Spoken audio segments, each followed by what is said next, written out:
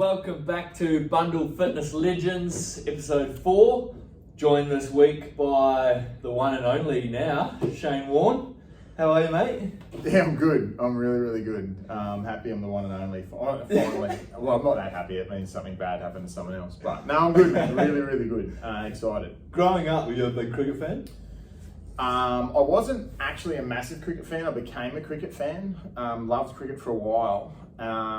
Because of Shane Warne? Not because of Shane Warne, man. I'm a little bit old, so I didn't get named after him. But the first time I ever heard about him, I remember I was actually 14 years old, like roughly 14. And it was in a VCR repair shop. Now, you're probably too young to remember VCR repair shops, but anyone over sort of 35, you probably remember these. And I was with my dad, went in, and my dad's name is Peter Warne, and dude at the video shop said, "Oh, any relation to Shane Warne?" He's like, "Yeah, he's my son." First time I ever remember anyone asking about it, actually. But no, I loved cricket, got over cricket, but then I lived in England in 2004 when there was the best Ashes series in the history of cricket, best series in the history of cricket, like hands down. Every test went down to the wire. I was living in England. Shane Warne, literally everyone in England hated him. It was my name, and so I got back into cricket and loving it still. Yeah, that's hilarious. So, where were you born and bred? Born on the Gold Coast. Well, born in Brisbane, but moved here to the Gold Coast when I was like 5. So, but basically a Gold Coaster. Lived here since I was 5 or 6. Grew up here, and then finished school. Went to Toowoomba for a year to go to uni. Came back for a bit. Went to Tasmania for a little bit over a year. Came back for a bit. Went to the UK for 3.5 years. Lived in England and Scotland in a few different places. Came back for a bit, and then lived in the States for a little bit over a year, about 3 years ago. Keep traveling around the world and seeing other places and loving them to bits, but the Gold Coast always wins. It's always better. This place just wins hands down. Yeah, 100%. This is where the heart is. This is where home is. 100%. I was when I was young and dumb going out, I remember a funny story. I used to tell people that I'd won the lotto and I didn't work anymore. And people would go, "That's ridiculous. Like, there's no way you'd be here." And I'd say, where else would you be? Like, we're a first world country. We have a brand new city, beautiful new roads. We're so well structured, golden beaches. Like, where else would you be? Where else compares with that? Like, talk about Greece or like spots in America or whatever. There's not a new city like the Gold Coast is. No, man. I mean, there's lots of things I miss about other places, bigger cities and things, but just the balance that this place has for me is so good. Yeah. You know, it's laid back, it's fun, it's healthy. The beach is right there. You got the hinterland. Man, it's amazing. I can't beat it. But besides Gold Coast, where was your favourite spot? Oh man, I've got to toss up between Bristol in England. Probably because half the people who live in Bristol are Irish, and it made the place a lot of fun. But then probably America, man. When I lived in Phoenix, Phoenix was an amazing place. Lived in the city, but I could drive like 7 minutes, and you'd be out in the mountains, and like literally in the middle of nowhere. Can't hear a person, a car, or anything. So there's always things to do. Really cool vibe. Really friendly people. Love the Americans. You drive half an hour north and you go to like the OK Corrals, and you'd be like, like you're back in the 30s and 40s with cowboys and stuff. Like there's just so much to do, man. So probably Phoenix, man. To be honest, hands down. Awesome. That's really cool. So when you were traveling around, were you doing the same job each place you went, or were you just doing whatever you could get? Oh man, well, because this is like early 20s. Yeah, early 20s. So that was in the UK. I went over and was a maintenance technician to start with. Fixed electrical work, plumbing work, painting on a couple of warehouses in the north of England, and I didn't have any idea how to do plumbing or electrical work. I'm pretty sure the building still stands, so I think I did really well. Then I did knocked on doors for ages, which actually was a really interesting learning experience, and learning how to deal with negativity. I bet. door slammed in your face. But also taught you how to sell and how to get along with people, which are just skills that transfer over to everything in life. Yeah. So while it didn't seem that good at the time, I look back on it and amazing experiences. I was a promotions manager for a football, soccer club over there, did recruitment, so a little bit of everything there. Yeah, wow. And then when I was over in the States, like the last sort of 5 years of my life before I became a PT, it was a timeshare exchange company. So I sort of managed call centers, did business development, marketing, and just got travelled around Australia and New Zealand, visiting resorts, building up relationships, going to America, helping sort of turn the office around over there. Yeah, it was a cool gig, getting to travel around the world and get paid for it. Yeah, wow. Yeah. Sounds amazing. So that was you did that for quite a few years, and then that was your career sort of before PT, or? Yeah, that was a career before PT. It was a company I was really, really passionate about, and it became a job that I was really, really passionate about as well. It was really challenging, it was rewarding. Got to a point where when I was managing big groups of people, it became rewarding because I got to develop other people. Yeah. The passion kind of dropped out a little bit for a couple of reasons. One was because when I came back from the States, I went back to doing a role I was doing before, which just became really easy. So I was mentally not in it, but also the company was a private company. It was bought by a publicly listed company, and it just the feeling changed, and it's something I wasn't passionate about anymore. Like, it was still a really good job, really good role, really good company, but the passion had just left for me. The level of caring, I suppose. Decided change was in order, and I left. Yeah, and obviously still really enjoying the people development side of it, so stayed in that field to a degree. Yeah. How did it come up that you were like, PT is going to be where I'm going to go next? You know what? My last day at my job, I was actually driving past the Goodlife here. I was driving past and I think, well, I don't have a job now. What am I going to do? I don't know. This was the 6th of December. So I'd actually decided at the time, I just wouldn't even think about it until the new year. I'd just give myself 3 or 4 weeks off, give them the year, enjoy Christmas, New Year, and then decide in January. But as I was driving home, I'm like, well, I better buy a lotto ticket, right? I don't have a job, I'll buy a lotto ticket.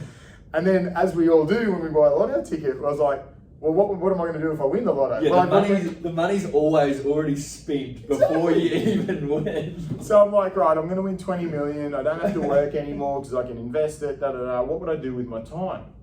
And I thought, my actual answer was, you know what, I'd probably spend some time training a few friends. Yeah. And then I thought, well, if that would be something that I would do without pay, maybe that's what I should do for a job. Yeah.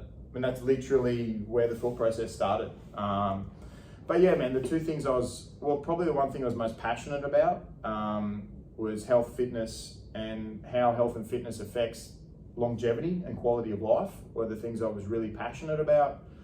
And probably the thing that was the most rewarding I've ever done in my life was developing other people. So I thought I was going to wrap all that up and become a PT, and that's where the decision was made, man. Yeah.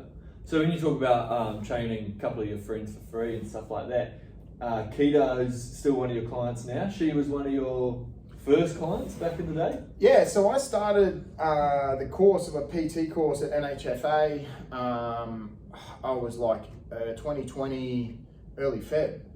And then, or late January, early Feb. And then like 2 months later, COVID happened. Yeah. I'm like, oh my God, have I made the right decision? So I went for 9 months without a job, right? Which was a lot of time without a job. I mean, a lot of other people went through that same thing through COVID, right? Yeah. But yeah, like during COVID, I got this phone call from Keita. I do jiu-jitsu, didn't do it for long at the time, but I knew her through jiu-jitsu. Not that well, but we knew each other. And she just sent me a message, said, I can see, because I had a squat rack in my garage. She said, look, I'm getting fat and lazy. I think I need your help. She's a fighter, as you know, an MMA fighter. And I said, yeah, I could. So she came over and we started training. And that sent me down a path that I was completely unexpecting, or that was completely unexpecting. I didn't have it. through the PT course, I mean, I've been training for years. I know how to make people stronger, how to get bigger muscles, that kind of thing. But as a fighter, it's very specific training. I'm like, I don't really know how to train a fighter. So like I do with all my clients or anything I do, I just want to do it the best I absolutely can. So I just did a lot of study, lots of research, lots of YouTube, lots of this, lots of that, and learned how to train her. And probably the one person that puts out the most content, most of it's free and it's really good, is this guy, Phil Daru. So Phil Daru, I believe, has been voted the #1 strength and conditioning coach for combat sports athletes more than anyone else. Trains like top level UFC champions, and I just wanted to get better again because I'd come across his stuff, and I'd messaged him privately a couple of times, and no matter how busy he was, always got back to me. So decided that I'd join his mentorship program. He became my mentor, and now it's awesome. What a contact to have. Oh man, honestly, the things I've learned through his program, I literally didn't know this whole world of strength and conditioning existed, man. The words they were using, I'm getting on calls with him and he was speaking Chinese, man. It was crazy, but yeah, now that's what I mainly do for a living. I train mostly combat sports people, a couple of fighters, 3 fighters now, a bunch of jiu-jitsu athletes, have trained netballers, swimmers, 1 soccer player at the moment, a triathlete, thoroughly enjoying it. I think because one of the biggest concerns I had when I thought about becoming a PT was I thought it would be really rewarding, but like, am I going to get bored? Like, is there any, like, am I going to have mental stimulation? Am I going to have to figure things out? And now that I'm working with athletes, I do, because everyone's different. They're always injured. It's always very specific. There's a lot of work that goes into planning and programming and whatnot, and always studying and learning and stuff. So having a ball, man. Yeah, definitely. And people will often see you out on the floor. You got all the gadgets and everything set up for fighters. It's really cool. I'm lining up to do a session with you for sure. I want to see how fast my bar speed is. You'd be surprised how slow it is. I can see it on my own video. So I remember the first time I started using the velocity measuring tool myself. I'm like, I think it's going fast. But then you see the number and you're like, oh really? But you'd be surprised, like the next rep, you're 30% faster, just because your brain knows you got to do better, and you do. But hurry up. It's just the old saying though, right? Without measuring something, how can you really get better at it? But obviously, in your own training as well, like everything that you're learning, you're applying yourself. You practice what you preach. Your own jiu-jitsu has gone through the roof recently. It's recently had a couple of good wins at the States? The Queensland state titles was a month ago, 6 weeks ago, something like that now. Went in 4 divisions. You can only go in 4 divisions. Won them all, got 4 golds, which was amazing. Massive achievement. Like massively, highly anxious experience. And it is for any competitor. Jiu-jitsu is like that. I'm actually a really anxious person, irrelevant of what it looks like on the surface.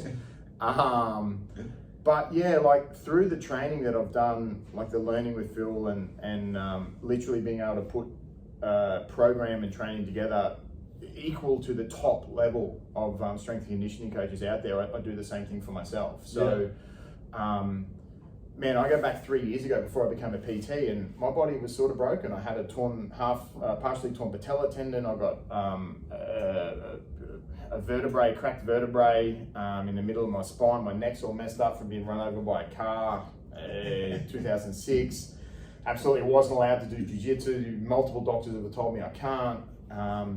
But through all the things that I've learned through this mentorship and putting them in practice to help fighters who are always broken, I've been able to implement myself, and I'm now the fastest, strongest, most mobile, more stable, and I literally am not worried about hurting myself in jiu-jitsu, and very few people can say that, particularly at 42 years old, and particularly having come back from all those injuries which had nothing to do with sport, was being run over by a car. And being able to implement it myself is amazing, but doing it for other people is more rewarding. That being said, this is exciting because now that I've done so goddamn well, at the early What's September. the next step for you? World titles, baby. Yeah. The World Masters for Jiu-Jitsu is on in Vegas. Yeah.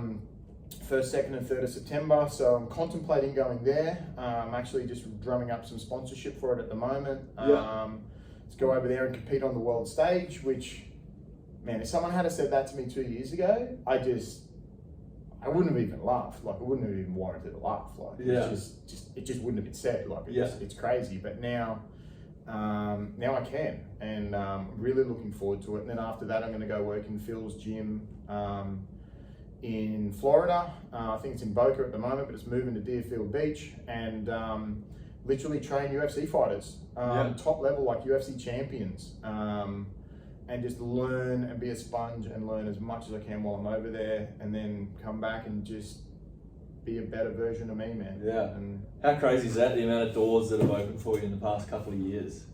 Like, how your life's drastically changed, and what a good position you're in now. Oh man, honestly, happiest you've ever been, you reckon? It's on par with when I was in Phoenix, because I was there was the perfect balance of exciting life because I was in another country, knowing what I was doing and feeling comfortable with my role, but having to get better at doing stuff. So I loved that. But now, man, this is amazing. Honestly, I've fallen in love with jiu-jitsu, as most people do. Like, it's become such a massive part of my life, the jiu-jitsu aspect. Yeah. But one of the reasons everyone loves jiu-jitsu that does it is the community that you get in your life through that. And now that I get to coach strength conditioning wise, I get to coach other jiu-jitsu people and help them become better at what they do and their passion. And then that makes my community in jiu-jitsu bigger outside of my club and all these other clubs.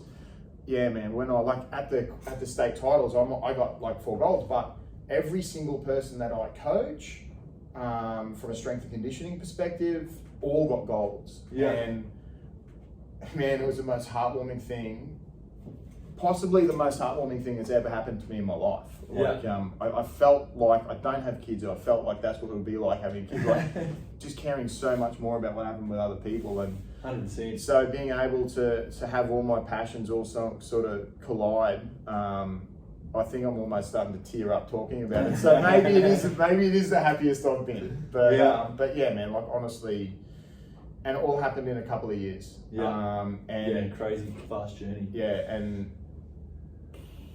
Going to compete in the world stage and one of the premier strength and conditioning coaches for jiu-jitsu fighters in Australia, if not the best. I'm not sure if I should have said that because it might sound like a bit egotistical, but whatever, man. But the goal is, by the end of the year, 100% hands down, I'm going to be the best. Anyone that wants to be the best that they can be, I'm the best person for them to talk to. And to say that that's happened in a couple of years, man, Yeah. And 2 amazing opportunities coming your way in, 8 weeks? Yeah. Can't wait, man. Yeah, so cool. Imagine that comp day, going over to Vegas. I don't want to, man, because I think about it and I just get so nervous. Comp day for everyone is just such a wild time. You've put in so much work, you've put in so much effort, and you got to be perfect on that one day. Right? Yeah, no mistakes. All part of it. Yeah. All part of it. You've done it a few times now. You got a bit of experience behind you. Yeah. Well, a little bit. And like everything, you know, no matter how scary something is, the only way to make it less scary is to do it. And then the more you do it, the more the more comfortable you get doing it, which doesn't necessarily make it easy, but it definitely takes the edge off. Yeah, definitely. Yeah. So now we're about to crack in pretty hard at the training. Oh man, yeah. Ramp it up. Yeah, training. Because in your mind, if you can make this work, you're there. Like you said, you're contemplating competing it. It's an expensive trip, man. Like, it's 16, 17 grand for the trip. I'm getting some sponsorship at the moment. Assuming I can get a little bit of sponsorship, then I'm going over. I mean, local businesses, physios, things like that. I've been speaking to some fight apparel places. I've been speaking to that are interested because there's going to be a massive amount of training. There'll be weights, there'll be conditioning, there'll be a ton of jiu-jitsu, which also means I've got to recover, right? I've got to look after my body properly, I've got to recover properly to put in all that work and be able to get to the end and be firing on all cylinders, which is obviously the point. So yeah, there'll be some local companies that want to come on board that I'll be that will get some benefit out of me promoting them. Yeah. And then yeah, man, just I don't know how I'm going to go. Do I win? Do I not? Whatever. But I can guarantee I will be there in the absolute best possible position I can be. Give myself the best opportunity to win. And you know what? There's no reason I don't. Yeah. There's only one way to find out. 100%. And yeah, either way, it's a win. Amazing experience, amazing journey, and then amazing, it's experience for yourself that you can then apply to your other athletes and your other clients. Always good to practice what we preach. Well, that's the only reason I started competing again. I hadn't competed for a couple of years because I literally hated it. The anxiety just was too much for me. Well, not too much, but I just really hated the experience. But I coach people that compete, and if I'm going to coach people that compete, I need to know what they go through physically while they're competing, mentally. What happens with the adrenaline? What happens with this? What happens with that? I have to be the best I can be, because if someone's paying me for a service to get them as good as they can be, I need to be able to do that. I need to be the best coach I can be, and therefore I've got to learn it, and that's why I started doing it. Yeah. And 100%. And all your athletes are on the way up. Obviously, a great coach already, and more to come. Yeah, just get better every day, man. Yeah. That's all we can do. Well, awesome. Thanks for jumping on. Another really interesting interview with another excellent coaches. Shout out to Sione, who was on episode 1. He had Gold Coast Strongest coming up when we did the interview, which he placed second behind his training partner Liam. In the competition before that, Sione got first and Liam was second, so great effort from both of those boys. And Shaq from episode 2 just had his knee surgery finally a couple of days ago, so he's on the mend. So it's not just quads and buys from him at the moment, just buys. Just buys. Just buys. Just buys. It's going to be massive. Thanks for joining us, guys. This is episode 4, and we'll see you next time. Thanks. Thank you.